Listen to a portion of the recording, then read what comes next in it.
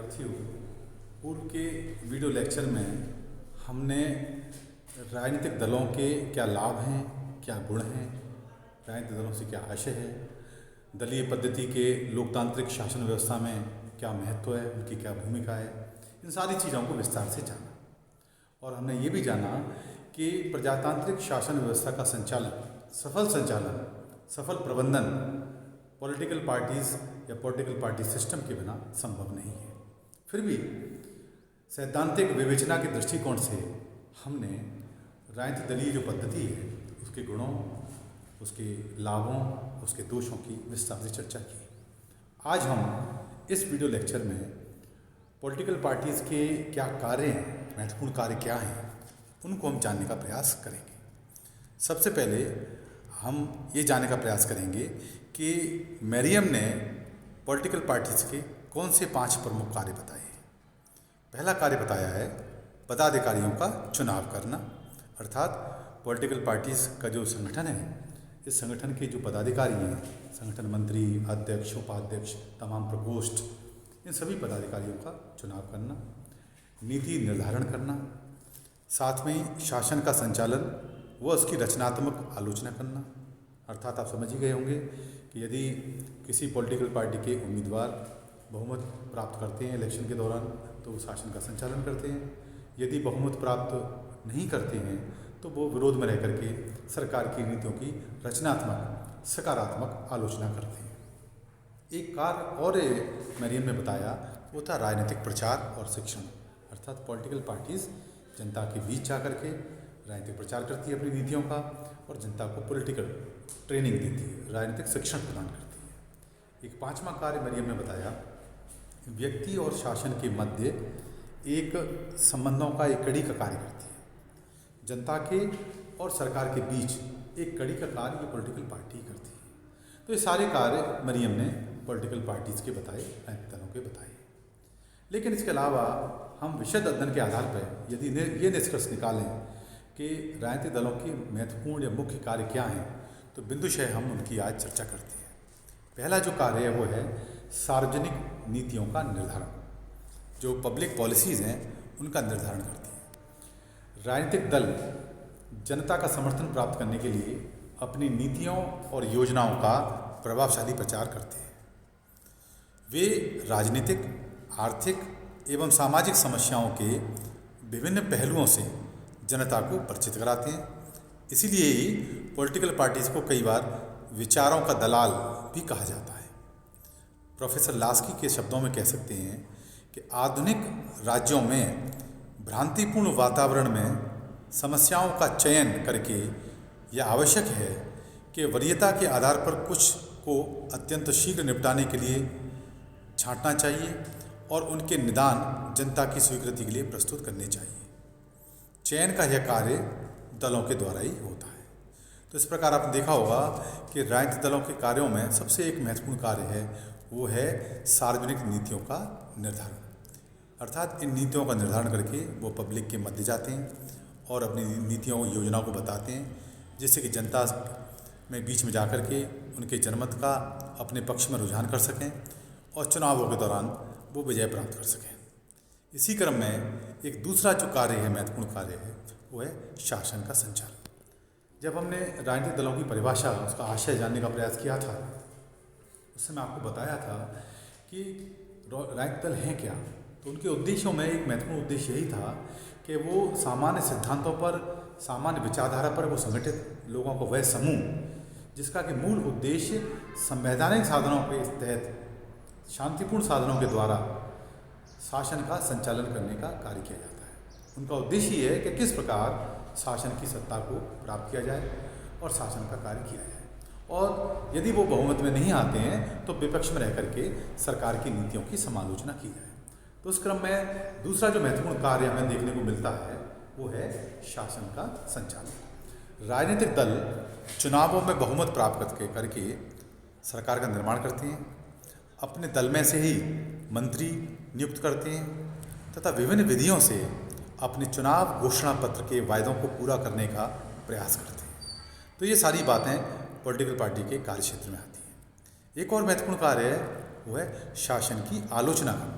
जैसा कि मैंने आपको बताया कि यदि उम्मीदवारों को बहुमत नहीं मिलता है किसी दल के उम्मीदवारों को, तो वो अल्पमत में रहते हुए विपक्ष की भूमिका का निर्वहन करते हैं और विपक्ष के भूमिका के रूप में, विपक्षी दल की भूमिका के रूप में वो सरकार की नीतियों की आलोचना करते हैं। आलोचना का यह आशय यही है कि सरकार को इस प्रकार की नीतियां लागू नहीं कर दे जो जनता के हितों के विपरीत हो, या बहुमत की आड़ में मदांध होकर सरकार ऐसे कार्यों को या नीतियों को अंजाम नहीं देने लगे तो सार्वजनिक जो जन कल्याण है, सार्वजनिक कल्याण का जो क्षेत्र है, उस पर कुठाराघात हो। इसलिए कभी कभी हमने देखा है कि विपक्षी दल एक प्रकार का फेंसिंग का, एक बाड़ेबंदी का कार्य करते हैं शासन दल के ऊपर, कि वो एक मर्यादा, एक सीमा से आगे जा कर के जनता के हितों पर प्रहार नहीं करे। इसलिए शासन की आलोचना करना भी पॉलिटिकल पार्टीज़ का एक महत्वपूर्ण कार्य है। हाँ, ये दूसरी बात है कि ये आलोचना सकारात्मक होनी चाहिए, रचनात्मक होनी चाहिए। आलोचना के लिए आलोचना करने का उद्देश्य नहीं होना चाहिए, जैसा कि आमतौर पर आजकल देखा जाता है। यदि निर्वाचन में किसी दल को बहुमत प्राप्त ना हो तो वह प्रतिपक्ष या विपक्ष के रूप में महत्वपूर्ण भूमिका का निर्वाह करता है। प्रतिपक्ष या विपक्ष के रूप में उसका एक कर्तव्य है, या एक कर्तव्य हो जाता है कि वह शासन को सचेत करे, सावचेत करे, चेतावनी दे और सरकार की रचनात्मक आलोचना करके वैकल्पिक नीतियां भी प्रस्तुत करता है। विपक्षी दल शासन की कमजोरियों को जनता के सामने रखकर उनके विरुद्ध लोकमत तैयार करते हैं। आलोचना करने के पीछे मूल आशय यह भी नज़र आता है कि वो जनता को यह अवगत कराना चाहते हैं कि जिन लोगों को उन्होंने चुनाव में जिताकर बहुमत दिलाया है वो उनकी अपेक्षाओं पर खरे नहीं उतर रहे हैं। इसलिए आगामी चुनाव में वो उस दल को मत ना देकर उसमें अपना विश्वास व्यक्त ना करके इस विपक्षी दल में विश्वास व्यक्त करें, जिससे कि जन आकांक्षाओं की पूर्ति हो सके। तो जनता के समक्ष सरकार की आलोचना करने के पीछे उनका मूल ध्येय यही है कि किस प्रकार सरकार की नीतियों को जनता के सामने रखा जाए और उनको यह अवगत कराया जाए कि जो वायदे इस तथाकथित सरकार ने, तथाकथित राजनीतिक दलों ने जनता के सामने किए वो पूरे नहीं कर रही है। अतः ये अपने उद्देश्य, अपने जो मंतव्य में सफल नहीं हो पा रही है। अतः इसको आगामी चुनावों में बहुमत ना दिया जाए, समर्थन ना दिया जाए। तो जनमत को अपने पक्ष में करने के लिए इस प्रकार की सरकार की आलोचना करने का ध्येय इन विपक्षी या प्रतिपक्षी दलों का रहता है। एक और कार्य है पॉलिटिकल पार्टीज़ का, वो है चुनावों का संचालन करना, जो एक प्रजातांत्रिक शासन व्यवस्था का एक महत्वपूर्ण आयाम है। आप जानते हो कि प्रजातांत्रिक शासन व्यवस्था में, जिसको कि हम प्रतिनिधि शासन व्यवस्था भी कह सकते हैं, क्योंकि प्रत्यक्ष शासन व्यवस्थाओं का चलन अब नहीं है। स्विट्जरलैंड में केवल एक नाम मात्र के लिए चर्चा पहले मैंने आपको लेक्चर में बताई थी, लेकिन अब यह स्थापित है कि पूरी दुनिया के अंदर केवल प्रतिनिधि शासन व्यवस्था लोकतंत्र के रूप में देखी जाती है, जिसमें जनता अपने प्रतिनिधियों को निर्वाचन के माध्यम से चुन करके भेजती है और वो शासन की नीतियों का संचालन बहुमत के आधार पर करती है। तो इन चुनावों का संचालन जो जनप्रतिनिधियों का जो निर्वाचन है वो चुनावों के माध्यम से होता है। तो चुनावों के संचालन में पॉलिटिकल पार्टीज़ की अहम भूमिका होती है। तो इसका एक महत्वपूर्ण कार्य है कि राजनीतिक दलों से ही चुनावों की सार्थकता प्रकट होती है। वे चुनाव के समय अपने चुनाव घोषणा पत्र, इलेक्शन मैनिफेस्टो तैयार करते हैं, उनका प्रचार करते हैं, प्रत्याशियों को खड़ा करने के तथा हर तरीके से चुनाव जीतने का प्रयत्न करते हैं।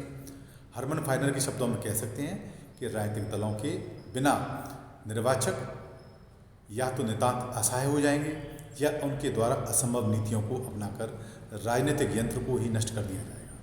तो चुनावों का संचालन करना पॉलिटिकल पार्टीज़ का एक महत्वपूर्ण कार्य है, जिसके आधार पर लोकतंत्र को जीवंतता प्रदान की जाती है और पूरा ये सिस्टम साकार होता है। एक और कार्य है पॉलिटिकल पार्टीज़ का महत्वपूर्ण कार्य है, वो है लोकमत का निर्माण करना। पब्लिक ओपिनियन कैसे जनरेट की जाए, लोगों को कैसे अवेयर किया जाए, लोगों को शासन की नीतियों से कैसे अवेयर किया जाए, लोगों को राष्ट्रीय और अंतर्राष्ट्रीय समस्याओं से कैसे अवगत कराया जाए, ये सारे कार्य लोकमत बनाने के लिए किए जाते हैं और कहीं ना कहीं ये पॉलिटिकल पार्टीज़ का इसमें अहम भूमिका रोल रहती है। यदि शासित व्यक्तियों की सहमति से सत्ता को प्राधिकार को अर्जित करना है और यदि शासन की नीतियों पर लोकमत प्राप्त करना है तो राजनीतिक दल के अपरिहार्य है। इनकी अनुपस्थिति में जन समुदाय एक दिशाहीन भीड़ के अतिरिक्त और कुछ नहीं होगा। लॉर्ड राइस के शब्दों में कह सकते हैं कि लोकमत को प्रशिक्षित करने, उसको निर्माण करने में, उसको अव्यवस्थित करने में राजनीतिक दलों द्वारा अत्यधिक महत्वपूर्ण कार्य किया जाता है। तो ये पब्लिक ओपिनियन को बनाना, उसको क्रिएट करना, जनता के सामने राष्ट्रीय अंतर्राष्ट्रीय समस्याओं को ले जाना, जनता को शासन की गतिविधियों से अवगत कराना। सत्ता पक्ष का दल है वो शासन की उपलब्धियों से अवगत कराता है, विपक्षी दल शासन की नीतियों की जो कमजोरियां हैं उनसे अवगत कराता है। इन सारी गतिविधियों से कहीं ना कहीं जनता अवेयर होती है, जागरूक होती है और एक जनमत का निर्माण होता है। एक बड़ा महत्वपूर्ण कार्य ये पॉलिटिकल पार्टीज़ के द्वारा किया जाता है। एक और कार्य है शासन तथा जनता के बीच मध्यस्थ का कार्य करना, एक मीडिएशन का काम करते हैं, दोनों के बीच एक मध्यस्थता का कार्य करते हैं। राजनीतिक दल जनता और सरकार के बीच मध्यस्थता का कार्य करते हैं। वे जनता की समस्याओं और आकांक्षाओं को सरकार के सामने रखते हैं और सरकार की स्थिति से जनता को अवगत कराते हैं। बारकर कहते हैं कि राजनीतिक दल ऐसे पुल का कार्य करते हैं जिनका एक छोर समाज को छूता है और दूसरा छोर राज्य को, अर्थात समाज और राज्य, पब्लिक और गवर्नमेंट, इन दोनों के बीच एक कड़ी का कार्य करता है। ये एक ऐसा पाइप है जिससे सामाजिक विचारधारा बहती है जो राज्य के यंत्र को तरल बनाकर उसके पहियों को घुमाती रहती है। इस प्रकार हम जानते हैं कि पॉलिटिकल पार्टीज़ के माध्यम से ही जनता और सरकार के बीच एक संप्रेषण का कार्य होता है। इन पॉलिटिकल पार्टीज़ के माध्यम से सरकार को जनता की जो आकांक्षाएं उससे अवगत होती है, उसके आधार पर वो नीतियों का निर्माण करती है और जनहित के कार्य संपन्न हो पाते हैं और हम एक प्रकार से जो लोकतांत्रिक मूल्य हैं उनको प्रस्थापित कर पाते हैं। एक कार्य है पॉलिटिकल पार्टीज़ का, वो है राजनीतिक प्रशिक्षण, पॉलिटिकल ट्रेनिंग देना। राजनीतिक दलों के प्रचार से नागरिकों को राजनीतिक शिक्षा मिलती है, उन्हें समस्याओं के विभिन्न पहलुओं का पता लगता है। इस प्रकार नागरिकों में राजनीतिक चेतना जागृत होती है। और एक कार्य है सामाजिक और सांस्कृतिक कार्य। ऐसा ही नहीं है कि पॉलिटिकल पार्टीज़ केवल पॉलिटिकल कार्य करती है, केवल राजनीतिक कार्य करती है। मुख्य रूप से उसका कार्य राजनीतिक शिक्षा और प्रशिक्षण प्रदान करना ही है, लोकतंत्र को साकार करना है। लेकिन इसके साथ साथ समय समय पर जनमत में निर्माण करने में, जनता के मध्य अपनी भूमिका को जीवित बनाए रखने के लिए ये सामाजिक और सांस्कृतिक कार्य भी करती है। अधिकांश राजनीतिक दल जनता के सामाजिक और सांस्कृतिक जीवन को उन्नत करने का भी कार्य करते हैं। आपने देखा होगा स्वाधीनता आंदोलन के युग में जब फ्रीडम मूवमेंट चल रहा था भारत का, भारतीय राष्ट्रीय कांग्रेस ने हरिजन कल्याण तथा स्त्री उद्धार संबंधी बहुत से कार्य किए थे। तो इससे हम ये स्पष्ट कर सकते हैं कि पॉलिटिकल पार्टीज़ मूल रूप से उसका कार्य राजनीतिक ही क्षेत्र ही है, लेकिन इसके साथ साथ वो अन्य सामाजिक सांस्कृतिक कार्यों को भी करती है, जिससे कहीं ना कहीं उनका उद्देश्य रहता है कि समाज के बीच में जाकर के वो अपनी उपस्थिति दर्ज कर जाएं और जब इलेक्शन हो तो जनता के मध्य वो एक पॉपुलर फिगर के रूप में सामने आए और बहुमत प्राप्त करके सरकार का गठन कर सकें। एक कार्य और है पॉलिटिकल पार्टीज़ का, वो है दलीय कार्य। प्रत्येक राजनीतिक दल कतिपय दल संबंधी कार्य भी करता है, जैसे मतदाताओं से संबंधित दल बनाना, उनके सदस्य बनाना। आपने देखा हो कई बार अभियान चलते हैं, सदस्यता अभियान, जिसमें पॉलिटिकल पार्टीज़ हर क्षेत्र में जाती है, वहाँ लोगों को अपनी पार्टीज़ का मेंबर बनाती है, प्राथमिक सदस्य बनाती है। सार्वजनिक सभाओं का आयोजन करना, जगह जगह पर कई बार सार्वजनिक सभाएं की जाती हैं, उसमें कहीं ना कहीं वो सरकार की नीतियों की या अपनी पार्टी की नीतियों की जो है उनको स्पष्ट करती है, जिससे जनता अवेयर हो कि ये पॉलिटिकल पार्टी किस प्रकार का कार्य कर रही है, इसका क्या उद्देश्य है। दल के लिए चंदा इकट्ठा करना, क्योंकि बिना चंदे के किसी प्रकार का इलेक्शन नहीं लड़ा जा सकता। अपनी आर्थिक परिसंपत्ति को बढ़ाना, जिससे चुनाव के समय में वो विभिन्न प्रकार के कार्यों को संपादित कर सके।